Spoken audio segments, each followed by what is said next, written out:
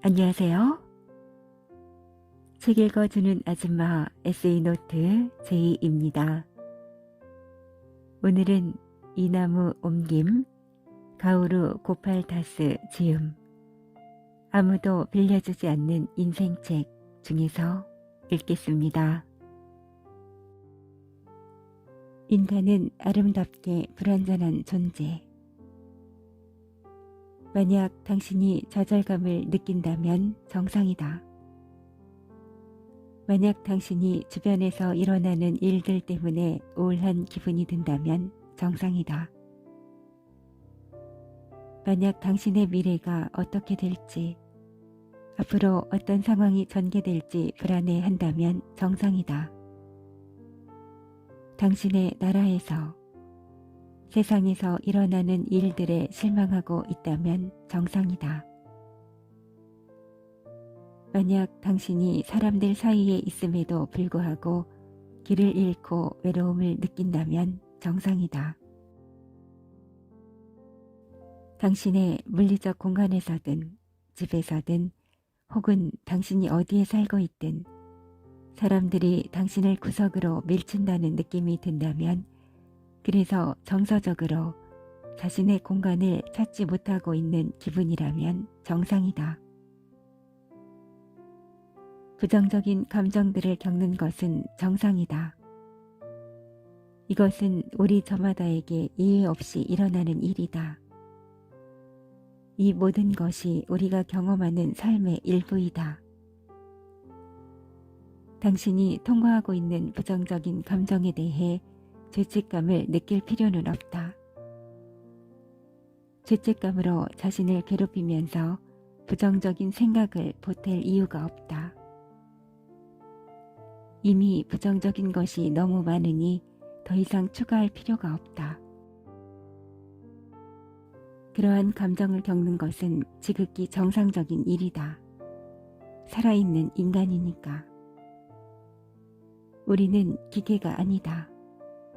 우리는 지각 있는 인간 존재이다. 우리는 하나의 로봇이 아니다.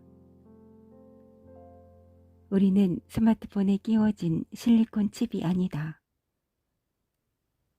미국에 갔을 때의 일이 기억난다. 나는 친구와 함께 공원 벤치에 앉아 있었다.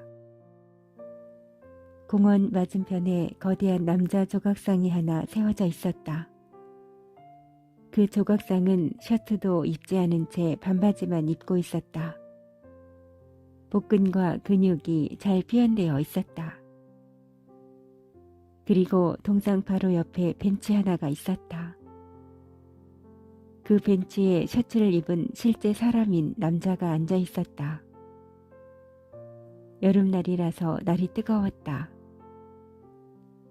그는 반바지를 입고 있었는데 조각상과 마찬가지로 근육질의 남자였다. 나는 그 둘을 멀찌감치서 지켜보고 있었다. 그 조각상은 그대로 정지해 있었는데 벤치에 앉은 남자는 절망적이고 우울한 표정으로 손에 얼굴을 붓고 있었다. 그 모습이 말할 수 없이 슬퍼 보였다. 정말로 깊은 슬픔이 전해졌고 그에게 가서 대화를 나누고 싶었지만 나는 그 미국인을 알지 못했다. 무작정 가서 그의 사적인 공간을 침범하고 싶지 않았다. 단지 어떻게든 그를 위로하고 싶은 안타까운 마음뿐이었다. 그러면서 한 가지 생각이 들었다. 여기 한 남성 조각상이 있다. 그리고 여기 한 남자가 있다. 둘 다 셔츠를 입지 않았다. 둘 다 바지를 입고 있었다. 그리고 둘 다 근육질의 몸을 가지고 있었다. 하지만 한쪽은 아무것도 느끼지 못하고 다른 한쪽은 느끼고 있었다. 아마도 그는 가슴이 무너졌을 것이다. 아마도 사랑하는 사람이 떠났을지도 모른다. 아마도 직장을 잃었을 것이다. 어쩌면 누군가에게 심한 모욕을 당했는지도 모른다.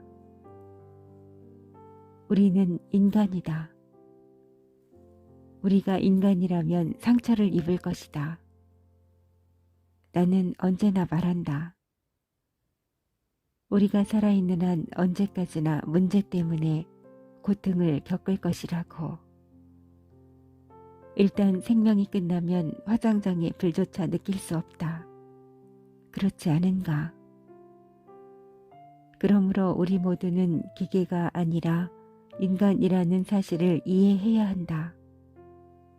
슬프고 우울하고 외롭고 누군가의 모욕에 상처받는 것이 정상이다. 그것은 완전히 정상이다. 그리고 고통이 끝난 후에 치유가 시작되는 것이 아니라고 나는 늘 말한다. 치유는 고통을 겪을 때 시작된다. 진정한 고통을 경험하는 것은 치유 과정의 일부이다. 고통을 통과하도록 스스로를 허용하고 그것이 일어나도록 하는 것 또한 치유의 일부이다.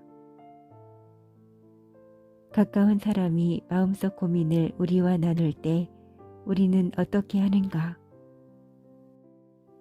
해리가 그의 내적 혼란에 대해 고백할 때 나는 하고 싶은 말이 많았지만 수도승으로서 받은 훈련을 기억했다. 말없이 곁에 있어주는 것이 100마디의 공허한 말보다 더 강력할 수 있다.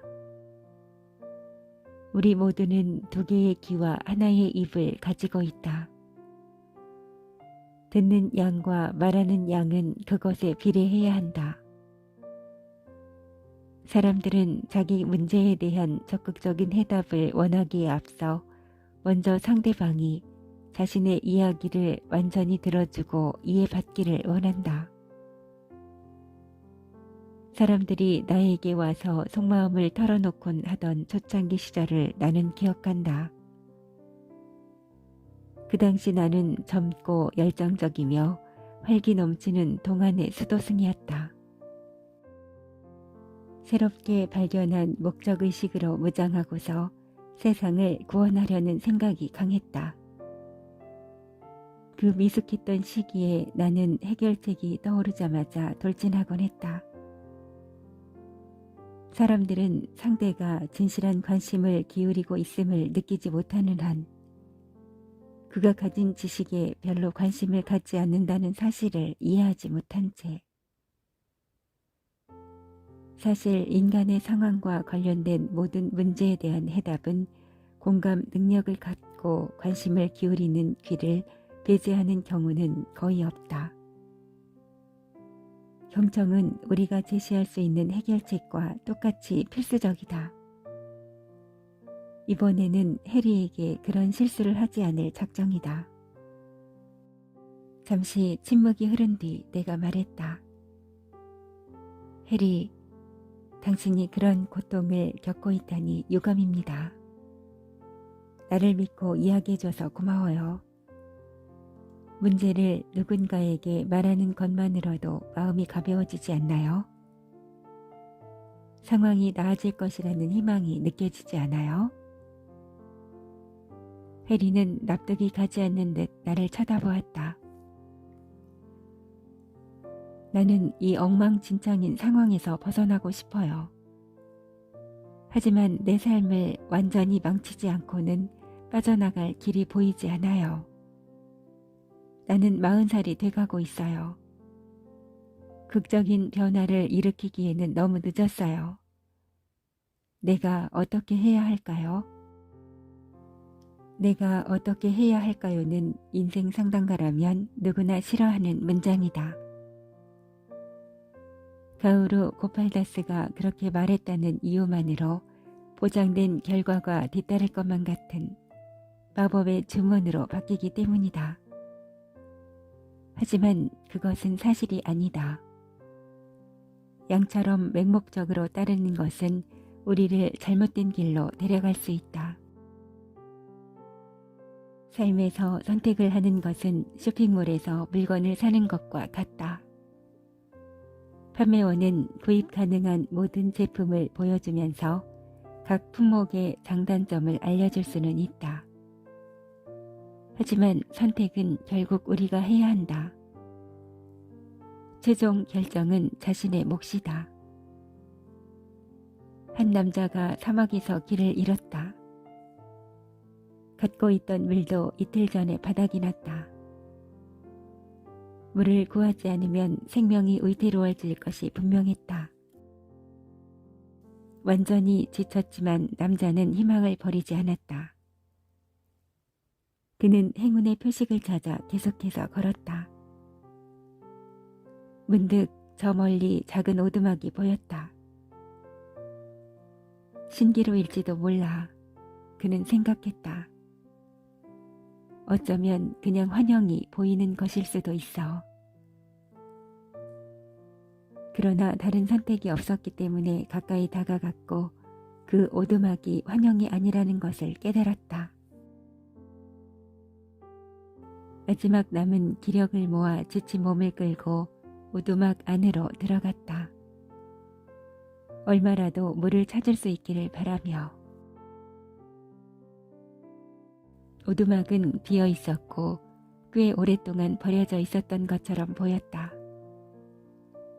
그때 오두막 안에 무엇이 있는지 발견하고 그의 심장이 뛰었다. 손으로 물을 퍼올리는 수동 펌프였다.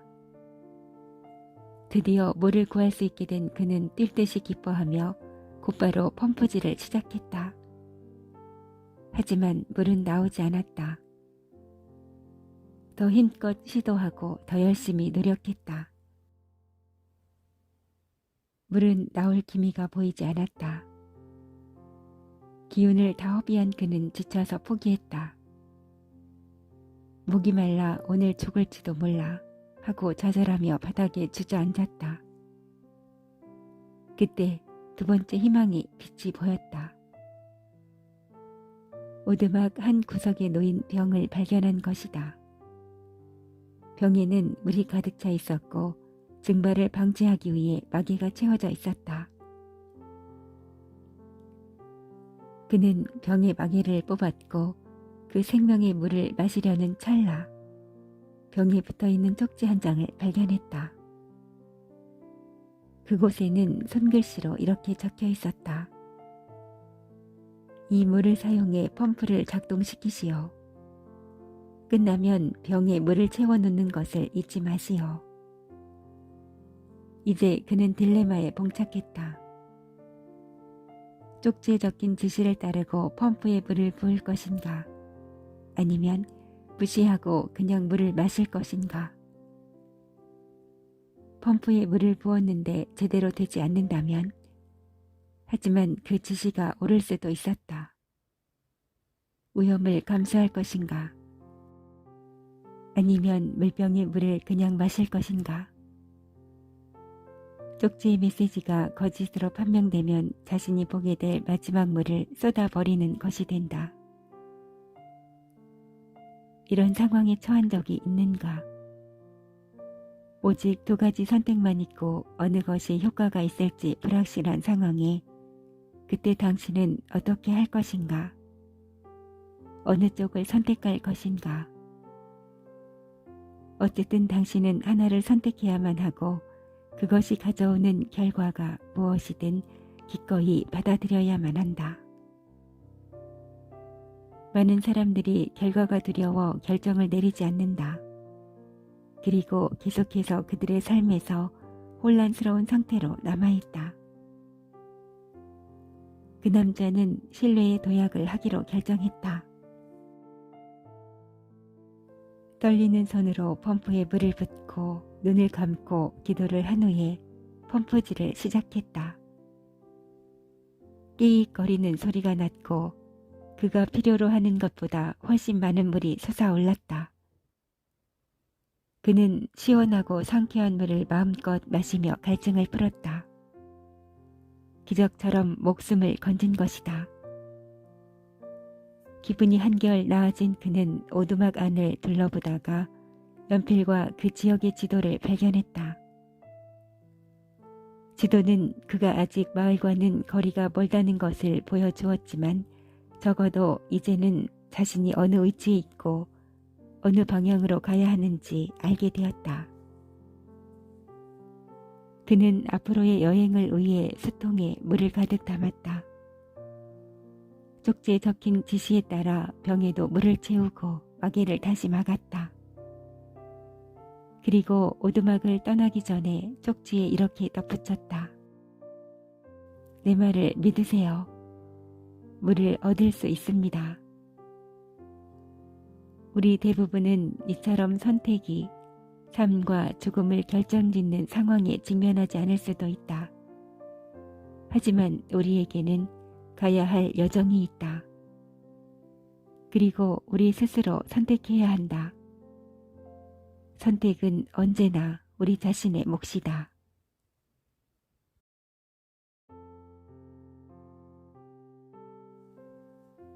오늘은 여기까지입니다. 고맙습니다.